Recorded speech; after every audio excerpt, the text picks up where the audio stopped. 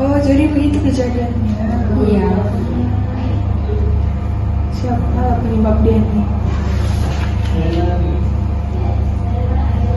Kamu seniman dia? Hai. Apa kamu buat tuh? Tengah membaca kami tentang tragedi 13 Mei. Tragedi 13 Mei? Ya. Kejap. Bukan si anak tuh? Iya.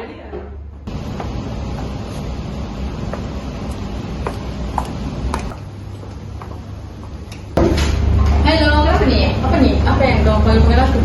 Ada apa? Kenapa kamu udah kumpul-kumpul nih? Oh, kau mau tahu kami belajar pasal tragedi 13 Mei? Oh, tadi 13 Mei? Haa, Apa tuh? ini pasal kerusuhan kaum. Urusan kaum? Iya, kerusuhan kaum antara Melayu, Cina dan India. Oh, ya, Mei? Oh, paham? Ya. Tapi kan, kalau dipikir-pikir, pasti ada puncak-puncaknya nih kan? Ya. Jadi apa puncak-puncaknya?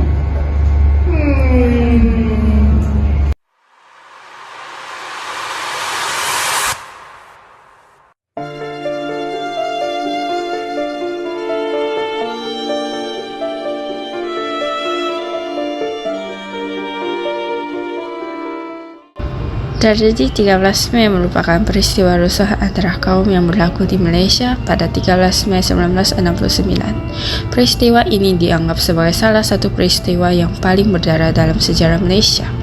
Tragedi ini terjadi selepas pilihan raya umum Malaysia 1969, di mana ketegangan antara kaum Melayu dan Cina memuncak akibat isu-isu politik, ekonomi, dan sosial yang sedia ada.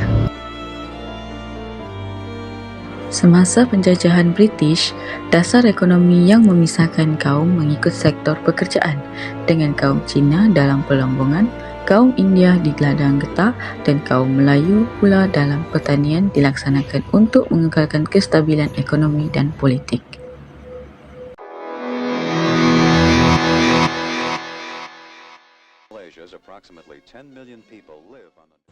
Terdapat pelbagai punca terjadinya tragedi 13 Mei rusuhan kaum di Malaysia, antaranya ketegangan ekonomi dan sosial. Sebelum peristiwa tersebut, terdapat ketidakseimbangan ekonomi yang ketara antara kaum di Malaysia. Masyarakat Melayu, terutamanya di kawasan luar bandar, kebanyakannya terlibat dalam sektor pertanian dan berada dalam kemiskinan. Sebaliknya, kaum Cina lebih dominan dalam sektor perdagangan dan perindustrian. Ketidakseimbangan ini mencetuskan rasa tidak puas hati dalam kalangan orang Melayu yang merasakan bahawa mereka ketinggalan dalam arus pembangunan negara. Punca kedua bagi berlakunya tragedi 13 Mei adalah pilihan raya umum 1969. Keputusan pilihan raya umum 1969 telah memperlihatkan kemerosotan sokongan terhadap Perikatan Gabungan UMNO, MCA dan MIC yang memerintah ketika itu. Terdapat perarakan dan slogan-slogan yang dianggap menyinggung perasaan antara kaum selepas keputusan pilihan raya diumumkan, yang menyumbang kepada peningkatan ketegangan.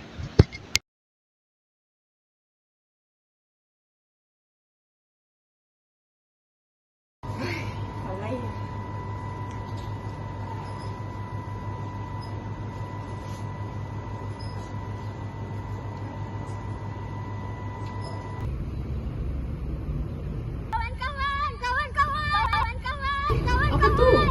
Cina menang. Ah, Cina menang? Apa? Cina menang?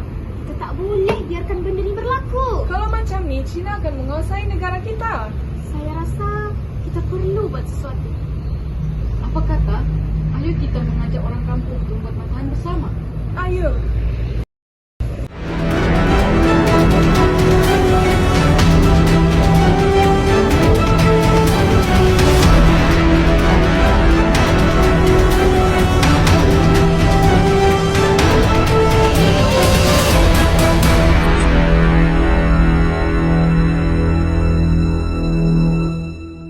Punca yang ketiga iaitu dasar kerajaan dan pengagihan kekayaan. Dasar ekonomi yang dilihat tidak memihak kepada kaum Melayu, serta isu-isu berkaitan bahasa dan pendidikan. Turut menyumbang kepada rasa tidak puas hati. Usaha-usaha kini ke arah menyimbangkan pengagihan kekayaan dan peluang ekonomi yang lebih adil kepada semua kaum masih di peringkat awal, dan ini menimbulkan ketidakpuasan hati dalam kalangan masyarakat Melayu. Punca keempat berlakunya tragedi 13 Mei ialah provokasi dan salah faham. Perarakan kemenangan yang dilakukan oleh penyokong Parti Pembangkang selepas pilihan raya umum 1969 dilihat sebagai tindakan provokatif oleh pihak lawan, terutama dalam kalangan kaum Melayu. Sebagai reaksi, perarakan balas dianjurkan dan ini menimbulkan salah faham antara kedua-dua pihak. Ketegangan yang memuncak daripada provokasi tersebut mencetuskan konfrontasi fizikal yang akhirnya membawa kepada tragedi 13 Mei.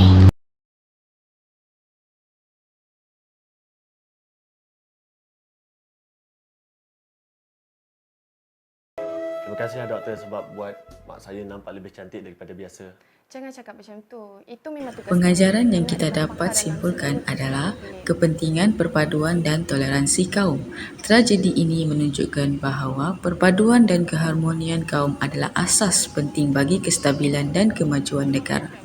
Ketegangan perkauman yang tidak ditangani dengan baik boleh mencetuskan konflik yang merugikan semua pihak. Oleh itu, rakyat perlulah sentiasa mengamalkan sikap toleransi, saling menghormati dan memahami keperluan serta sensitiviti kaum lain. 2 tahun telah berlalu dan aku tak berjaya langsung untuk jadi doktor pun. Macam mana pun, mama tetap bangga dengan aku sebab aku menjadi orang yang berguna.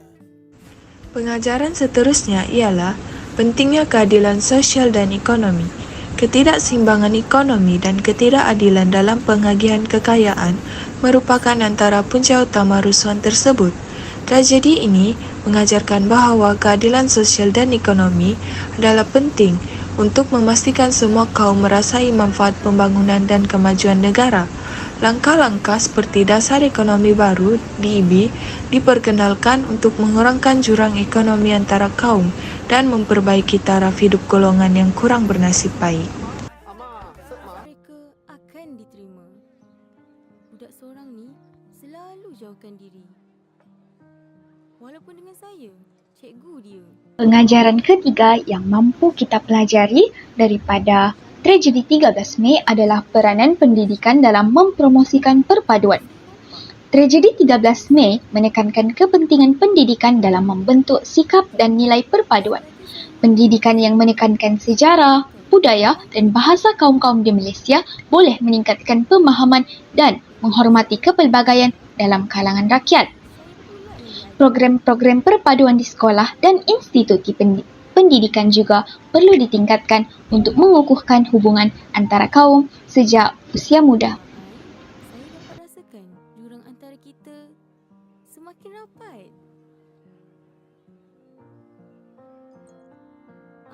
Akhirnya ada juga perubahan.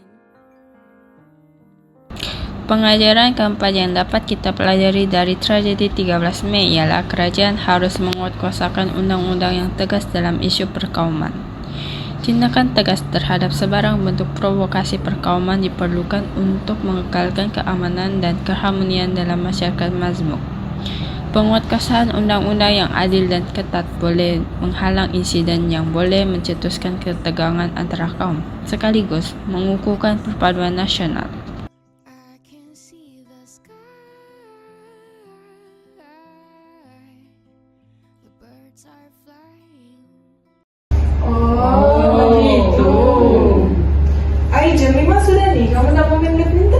Oh ya, benar ya? Si Kesvita sama si Yunis sudah nemu nih. Oh, jumlah nak kalau kita membaca.